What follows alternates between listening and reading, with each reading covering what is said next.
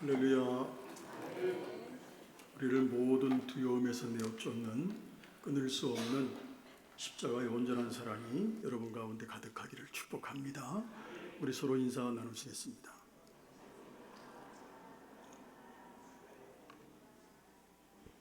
기도의 부흥, 말씀의 부흥, 섬김의 부흥, 선교의 부흥, 진천과 한국과 세계를 예수 마을로 만들어가는 교회. 아멘. 성도 여러분, 우리가 착각하는 것이 한 가지가 있어요. 여러분, 신앙생활은 사실 이 공간에서 하는 것이 아닙니다. 예배당 공간에서. 여러분, 옆 사람을 한번 슬쩍 이렇게 좀 보시기 바랍니다. 예배드리는 순간은 다 좋아 보이고 행복해 보이지 않습니까? 지금 여러분의 모습이 사실 제일 좋을 때입니다. 그러나 진짜 모습은 여러분들이 집에 가봐야 하는 겁니다. 집에 갔을 때 여러분의 모습이 여러분의 신앙 수준입니다. 교회 와서는 다 좋아 보입니다. 그러나 그 사람의 진짜 모습은 그 사람의 삶의 공간과 일터에서 나타나는 겁니다. 그러므로 우리가 균형 있게 성장한다는 것, 균형 있게 성장한다는 것은 내가 좋은 아버지가 되는 겁니다. 또 좋은 남편이 되는 겁니다. 내가 좋은 아빠, 엄마가 되는 겁니다. 더 나아가서 좋은 직장인이 되는 겁니다. 더 나아가서 좋은 국민, 시민이 되는 겁니다. 그게 진짜 신앙생활입니다. 그런데 입술에서는 예수를 말하는데 삶은 하나도 변화되지 않는, 성경은 내가 유창하게 외우고 많이 알고 있는데 변화는 하나도 없는, 세미나 많이 하고 성경 공부도 많이 하고 인문학부터 모든 분야의 책은 다 읽어도 누구 하나 사랑하지 않고 누구 하나를 위해 희생하지 않으면 기독교가 아니지 않습니까? 그러므로 균형 있는 성장이 일어나면 그 공동체는 힘이 생기기 때문에 내면이 변하고, 변화된 내면의 영적 에너지를 가지고 바깥을 변화시키기 시작한다는 겁니다. 그러니까 안팎의 변혁이 일어나기 시작한다는 거예요. 그래서 균형 있는 성장이 일어나면 교회 안이 먼저 변화되기 시작을 하고, 교회가 달라지기 시작을 하고, 달라진 교회가 영적 에너지가 생기기 시작하니까 그 다음 이웃들을 향해서 나갈 수가 있는 거예요. 저는 우리 진천교회가 그러한 교회가 되기를 주님의 이름으로 축복합니다. 오늘 우리는 사도 바울의 세 번째 전도 여행을 통해 하나님께서 어떻게 교회를 세우시고 한 영혼 한 영혼을 붙드시고 고난 속에서도 복음을 확장하셨는지 함께 묵상하고자 합니다. 사도행전 18장 23절부터 21장 17절까지가 이 여정을 기록하고 있습니다. 이 여정은 단순한 전도 여행이 아니라 말씀으로 교회를 세우고 제자들을 양육하고 성령의 능력으로 세상을 변화시키는 사명의 여정이었습니다. 먼저 우리는 이 여정의 출발, 또 이 여정의 목적을 살펴봐야 됩니다. 바울은 이전 전도 여행에서 우리가 1차, 2차 자세히 살펴보진 않았지만 1차, 2차 우리가 말씀을 나눴어요. 이전 전도 여행에서 바울은 복음을 전했던 교회들을 다시 방문을 해서 성도들을 좀 굳게 세우고자 했습니다. 자, 사도행전 18장 23절 보겠습니다. 얼마 있다가 떠나 갈라디아와 부르기아 땅을 차례로 다니며 모든 제자를 굳건하게 하니라. 자, 이렇게 기록하고 있어요. 그러니까 바울의 마음에는 언제나 교회를 향한 목자의 심정, 목자의 마음이 있었다는 거예요. 바울은 단순하게 설교만 하고 복음만 전하고 떠나는 사람이 아니라 복음으로 태어난 성도들이 믿음 안에서 잘 성장하도록 돕는 영적 아버지였습니다. 오늘 우리들에게도 동일한 교훈이 참 있어요. 교회는 숫자가 늘어나는 것도 중요해요. 숫자가 늘어나는 것 정말 중요하지만 더 중요한 것은 뭐냐? 믿음이 자라는 겁니다. 할렐루야. 바울의 3차 전도 여행은 주로 따라합니다. 에베소. 어디요? 에베소를 중심으로 약 3년간 진행된 사역이었습니다. 바울은 2차 전도 여행을 마치고 안디옥에 머물렀어요. 그러나 그의 마음은 제가 조금 전에 말씀드렸듯이 이미 세워진 교회들을 향해서 바울의 마음이 향해 있었습니다. 그는 단순히 복음을 전하는 것에 그치지 않았습니다. 교회가 흔들리지 않도록, 거짓 교훈의 교회들이 넘어가지 않도록 믿음 위에 굳게 서도록 돕는 것이 바울의 사명이었습니다. 그는 다시 길을 떠나 갈라디아와 부르기아 지방을 다니면서 성도들을 굳건하게 했습니다. 이때 로마 제국은 여전히 강력합니다. 황제 숭배 사상이 널리 퍼져 있었습니다. 유대 사회에서는 바울을 배척했습니다. 이방 문화 속에서 우상 숭배와 철학 사상이 가득했습니다. 그래서 어쩌면 그 당시에는 복음을 전한다는 것은 다시 말하면 사회적인 충돌, 종교적인 충돌, 경제적인 충돌을 의미했습니다. 그럼에도 바울은 두려움보다 사명이 컸습니다. 그러므로 다시 말씀을 드리지만 이 여정은 단순한 전도 여행이 아니라 이미 세워진 교회들을 견고하게 세우고, 할렐루야, 제자들을 양육하고 복음의 뿌리를 깊이 내리게 하는 사역이었습니다. 어쩌면 이것은 교회를 어떻게 세워야 하는가에 대한 하나님의 모범 답안이기도 합니다. 자, 우리가 생각해 보면 1차 전도 여행은 복음의 개척이었습니다. 2차 전도 여행은 복음의 확장이었습니다. 3차 전도 여행은 복음의 정착과 심화였습니다. 특별히 3차 전도 여행의 중심지는 따라합니다. 에베소였습니다. 자, 3차 전도 여행의 중심지는 어디? 에베소입니다.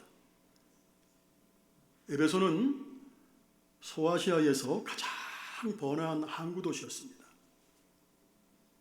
그러니까 상업과 문화가 발달을 했겠죠. 또 종교들이 교차하는 도시였습니다.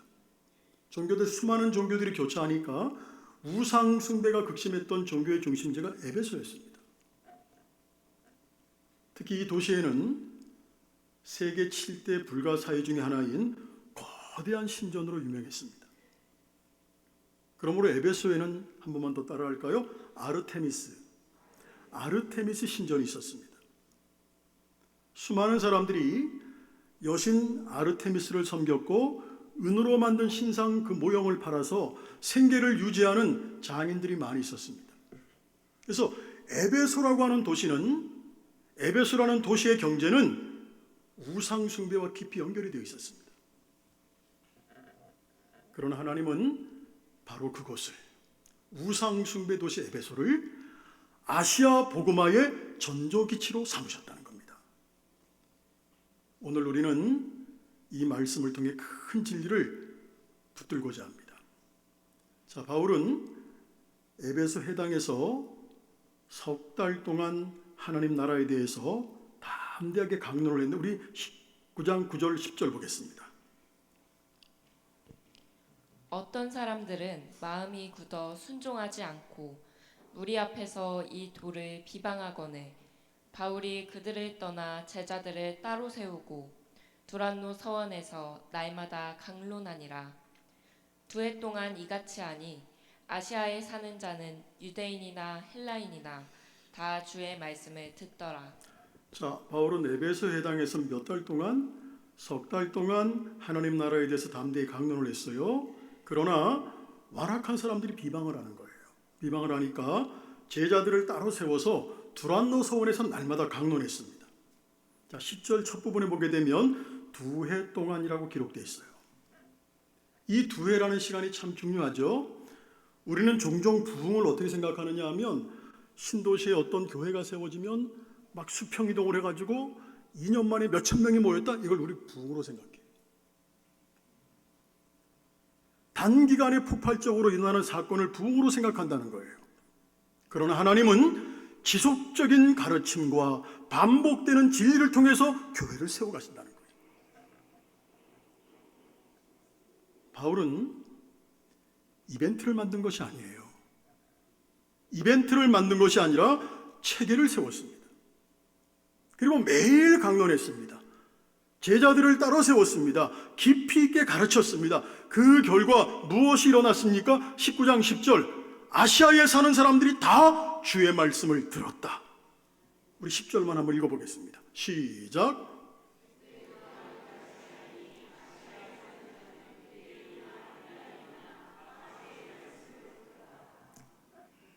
복음은 조용히 그러나 강력하게 도시 전체를 흔들기 시작을 했습니다. 에베소에서 시작된 말씀이 소아시아 전역으로 퍼져나갑니다. 교회가 교회를 낳습니다. 여러분 오늘 아시기 바랍니다. 하나님은 시간을 사용하시는 분입니다. 하나님은 시간을 사용하셨습니다. 하나님은 서두르지 않으셨습니다. 왜냐하면 깊이는 깊어지는 것, 깊이는 반드시 시간이 필요하기 때문이에요. 여러분 나무는 하루아침에 자라지 않습니다. 뿌리가 깊어야만 폭풍을 견디는 거예요. 그래서 오늘날 교회 위기 뭐 이렇게 이야기들을 참 많이 하잖아요. 오늘날 교회 위기는 제가 볼 때는 외부 사람들의 박해, 오늘 한국 교회가 왜 저래? 외부 사람들의 손가락질, 조롱이 아닙니다. 오늘 교회의 위기는 내부의 문제입니다. 교회 내부. 우리 내면의 얕음 때문입니다. 내면의 얕음. 그래서 말씀은 듣지만 묵상하지 않습니다. 은혜는 받지만 변화가 없습니다. 감동은 있지만 결단은 없습니다. 바울의 3차 전도여행은 오늘 저와 여러분들에게 묻고 있습니다. 당신의 신앙은 깊어지고 있는가? 오늘 여러분의 신앙은 깊어지고 있습니까? 에베소는 영적으로 척박한 도시였습니다. 아담의 신전이 중심이었고 주술이 성행했고 마술이 성행했습니다. 그러나 하나님은 바로 그 도시에서 말씀 운동을 시작하셨다는 거예요. 이런 것을 보게 되면 환경이 문제가 아닙니다. 말씀이 약해진 것이 문제라는 거예요. 오늘 우리의 가정이, 우리의 진천교회가 다음 세대가 살아나기 위해서 필요한 것은 새로운 프로그램 도입이 아닙니다. 물론 새로운 프로그램도 중요하지만 더 중요한 것은 깊은 말씀의 토양이라는 것, 믿을 수 있기를 주님의 이름으로 축복합니다. 성경은 이렇게 말씀하고 있습니다. 사도행전 19장 11절. 하나님이 바울의 손으로 놀라운 능력을 행하게 하시니. 아멘. 우상의 도시 에베소에서는 놀라운 일이 일어났습니다. 하나님께서 바울의 손을 통해서 특별한 능력을 행하신 거죠. 병자들이 낫습니다. 악한 영들이 떠나갑니다. 그러나 여기서 중요한 것은 주어는 바울이 아니라 살아계신 하나님입니다. 그리고 중요한 변화는 사람들의 마음이었습니다. 손수건과 앞치마가 병을 고쳤다는 것, 이것은 복음이 단순한 철학사상, 단순한 철학이 아니라 복음이 하나님의 강력한 능력임을 보여주고 있다는 겁니다. 할렐루야. 그러나 우리는 여기서 조심해야 됩니다. 능력은 목적이 아닙니다. 능력은 말씀을 확증하는 표적입니다. 유대인 마술사들이 바울이 전파하는 예수 이름을 사용합니다. 예수님의 이름을 사용하다가 귀신에게 제압을 당하는데 19장 15절입니다. 악귀가 대답하여 이르되 내가 예수도 알고 바울도 알거니와 너희는 누구냐 하며.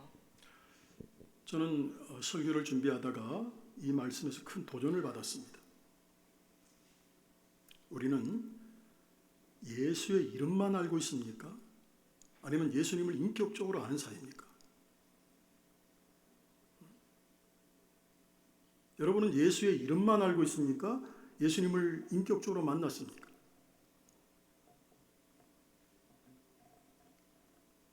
종교적 흉내는 능력을 만들지 못합니다.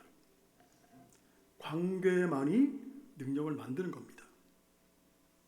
이 사건 이후에 많은 사람들이 마술책을 불태웠습니다. 그 값이 오만 드라크라입니다. 이건 단순한 감정적인 결단이 아니라 삶의 방향을 바꾸는 회개였습니다. 여러분, 회개는 감정이 아닙니다. 회개는 체계의 전환입니다. 이 얘기 뭔 얘기냐? 소유가 바뀌고 습관이 바뀌고 가치관이 바뀌어지는 것이 회개입니다. 믿으십니까? 복음은 개인의 마음만 아니라 도시의 가치관을 바꾸는 강력한 능력이 되었습니다. 그리고 지난번에 말씀을 나눴던 1차, 2차 우리가 말씀을 나누기 전에 은장색 데메드리오 말씀을 나눴어요. 데메드리오가 폭동을 일으킵니다. 은장색 데메드리오는 사람들을 선동을 했어요. 26절, 27절 보겠습니다. 이 바울이 에베소뿐 아니라 거의 전 아시아를 통하여 수많은 사람을 권유하여 말하되 사람의 손으로 만든 것들은 신이 아니라 하니 이는 그대들도 보고 들은 것이라. 우리의 이 영업이 천하여질 위험이 있을 뿐 아니라 큰 여신 아데미의 신전도 무시당하게 되고 온 아시아와 천하가 위하는 그의 위엄도 떨어질까 하노라 하더라. 이 바울이 사람의 손으로 만든 것은 신이 아니라고 하니까 우리의 생업이 위험하다고 외치는 거예요. 왜입니까? 강력한 복음이 데메드리오의 경제를 흔들었기 때문이에요. 결국 큰 소동이 일어났고 극장에 사람들이 모여서 위대하다 에베소 사람의 아르데미어라고 외쳤습니다. 여러분, 복음은 단지 종교적인 메시지가 아닙니다. 그것은 세상의 거짓신을 무너뜨리는 강력한 능력입니다. 믿으십니까? 그래서 때로는 저항이 일어나는 거예요. 그리고 우상은 단순히 신상이 아닙니다. 불교 절에 가면 그 부처 신상이 있잖아요. 그게 우상이 아니에요. 물론 우상이죠. 근데 신상이 우상은 아니에요. 우상은 뭐냐? 우리의 안전망이 우상이에요. 우리의 안전망. 내가 그것만 생각하면 든든해요. 그래서 돈이 우상이 될 수 있어요. 자녀가 우상이 될 수 있어요. 성공이 우상이 될 수 있어요. 여러분들이 사놓은 건물이 땅이 우상이 될 수 있어요. 내가 기댈 거니까. 내 안전망이잖아요.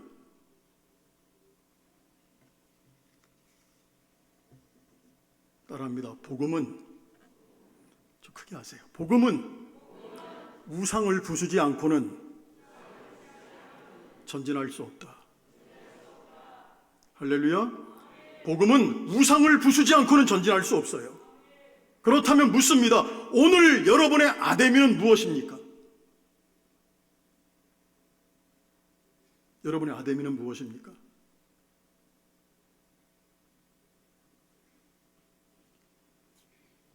한 이하집에서 대기업 다니던 권사님의 이야기를 읽었어요. 그 권사님은 교회를 오래 다녔고 직장에서도 굉장히 신실한 그리스도인이었습니다. 근데 어느 날 회사에서 새로운 프로젝트를 맡게 되었어요. 그 프로젝트는 매출을 크게 올릴 수 있는 대신에 소비자들에게 불리한 많은 정보들을 축소해야 되는 일이었습니다. 상사는 이렇게 말했습니다. 이건 업계의 간행이야. 다 이렇게 하는 거야. 너무 정직하면 우리만 손해야. 권사님은 그 말을 듣고 밤새도록 하나님 앞에 기도하며 고민했습니다. 그도 기도하는 가운데 하나님이 이런 마음을 주셨어요. 네가 지키고 있는 것이 너의 자리냐 나냐? 무슨 질문인지 이해되세요? 네가 지키고 있는 것이 너의 자리야 나야? 하나님이 물으시는 거예요. 결국은 상사에게 정중히 말했습니다. 저는 이 방식으로는 진행하기 어렵습니다. 책임은 제가 지겠습니다. 결과는 쉽지 않았습니다. 승진해서 밀렸고 몇 달간 불이익 당했습니다. 그러나 몇 년 후 회사는 투명 경영 이슈로 큰 변화를 겪었고 오히려 그 권사님은 정직한 사람으로 인정을 받아서 더 중요한 자리를 맡게 되었습니다. 권사님의 고백입니다. 그때 저는 승진을 잃은 것이 아니라 제 안에 우상을 불태운 시간이었습니다. 여러분, 묻습니다. 복음이 내 삶의 구조를 흔들 만큼 강력합니까? 여러분의 삶의 구조를 흔들 만큼 복음이 강력하냐는 거예요. 아니면 예배당 안에서만 머무는 안전한 신앙입니까?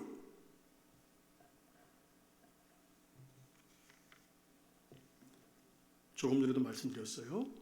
복음은 단지 종교적인 메시지가 아닙니다. 그것은 세상의 거짓신을 무너뜨리는, 내 안에 있는 우상을 무너뜨리는 강력한 능력입니다.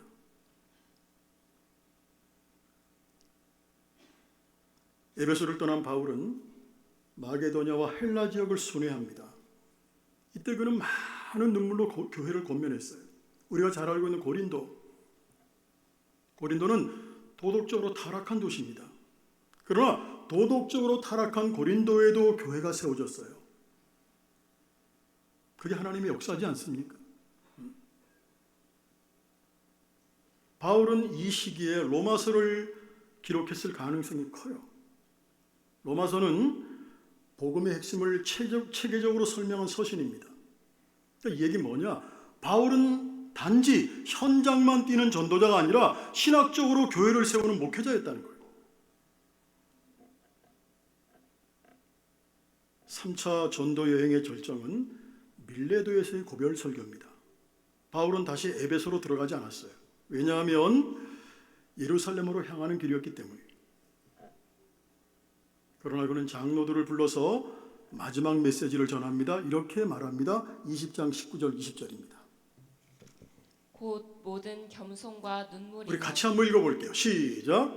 곧 모든 겸손과 눈물이며 유대인의 관계로 말미암아 당한 시험을 참고 주를 섬긴 것과 유익한 것은 무엇이든지 공중 앞에서나 각 집에서나 거리낌이 없이 여러분에게 전하여 가르치고. 요약하면 겸손과 눈물로 섬겼습니다. 각 사람을 훈계했습니다. 유익한 것은 무엇이든지 전했습니다. 이런 얘기예요. 그러니까 바울의 자랑은 기적이 아니었습니다. 바울의 자랑은 눈물이었습니다. 오늘 우리는 성공 사례를 찾습니다. 그러나 하나님은 눈물의 사람을 찾으세요. 그리고 우리를 향한 경고의 말씀이 있어요. 29절입니다. 내가 떠난 후에 사나운 이리가 여러분에게 들어와서 그 양떼를 아끼지 아니하며. 저 교회 위기는 제가 조금 전에도 말씀드렸어요. 저는 외부의 핍박이 아니라고 생각해요. 교회 위기는 내부의 분열입니다. 오늘 교회 위기는 내부 속에 있는 거예요. 그러므로 지도자는 깨어 있어야 되겠죠. 자기 자신과 양떼를 위해서 삼가할 것은 삼가해야 됩니다. 저는 물론 다 목회자들이 다 그래요. 저는 목회는 직업이 아니라고 생각합니다. 목회는 자기 생명을 내어주는 사명입니다. 말씀을 마친 후에 그들은 함께 무릎을 꿇고 기도하며 통곡합니다. 이 장면은 행정보고가 아닙니다. 사랑의 이별입니다. 교회는 이벤트, 프로그램 이것으로 유지되지 않습니다. 교회는 관계와 눈물로 유지가 됩니다. 여행의 마지막, 바울은 예루살렘으로 올라가기로 결심합니다. 자, 우리 20장 23절 24절 같이 읽겠습니다. 시작. 보라, 이제 나는 성령에 매여 예루살렘으로 가는데 거기서 무슨 일을 당할는지 알지 못하노라. 오직 성령이 각 성에서 내게 증언하여 결박과 환난이 나를 기다린다 하시나 내가 달려갈 길과 주 예수께 받은 사명 곧 하나님의 은혜의 복음을 증언하는 일을 마치려 하면은 나의 생명조차 조금도 귀한 것으로 여기지 아니하노라. 여러분들이 잘 아시는 말씀이죠? 여행의 마지막 바울은 예루살렘으로 가기로 결심을 하는데 여러 사람이 결박과 환난이 기다린다고 말을 하는 거예요. 그때 바울은 이런 얘기합니다. 나는 주 예수의 이름을 위하여 결박 당할 뿐 아니라 예루살렘에서 죽을 것도 각오하였노라. 참 위대한 사람이에요, 바울은. 이것이 3차 전도 여행의 절정입니다. 사명은 편안함보다 우선합니다. 성도 여러분, 바울의 3차 전도 여행은 화려한 성공담이 아닙니다. 눈물이 있고 핍박이 있고 오해가 있고 위험의 연속이었습니다. 그러나 그 길 위에서, 그 여정 위에서 하나님은 교회를 세우셨어요. 할렐루야! 복음은 로마 제국 전역으로 퍼져나갔습니다. 오늘 우리도 각자의 삶의 자리에서 작은 전도 여행을 살아가고 있습니다. 가정에서, 직장에서, 교회에서 주님은 오늘도 우리에게 묻고 계십니다. 네가 나를 위하여 어디까지 가겠느냐? 바울처럼 말할 수 있길 바랍니다. 주를 위해서라면 어디든지 가겠습니다. 할렐루야! 결론적으로 3차 전도 여행은 세 가지 유산을 남깁니다. 말씀의 깊이 두란노의 시간이죠. 두 번째, 복음의 능력, 우상과의 충돌입니다. 세 번째, 목자의 눈물, 밀레도의 무릎입니다. 성도 여러분, 우리는 어디에 서 있습니까? 우리는 지금 깊어지고 있습니까? 우리는 눈에 보이는 신상이든 내 안의 우상이든 불태웠습니까? 우리는 교회를 위해서 울어본 적이 있습니까? 바울의 3차 전도 여행은 끝났지만 하나님의 선교는 끝나지 않았습니다. 오늘 하나님은 우리를 이 시대의 에베소로 보냅니다. 깊어지는 말씀으로, 담대한 능력으로, 눈물의 사랑으로 진천과 한국과 세계를, 그리고 이 도시와 다음 세대를 살리는 우리 진천교회가 되기를 주님의 이름으로 축원합니다. 기도하겠습니다.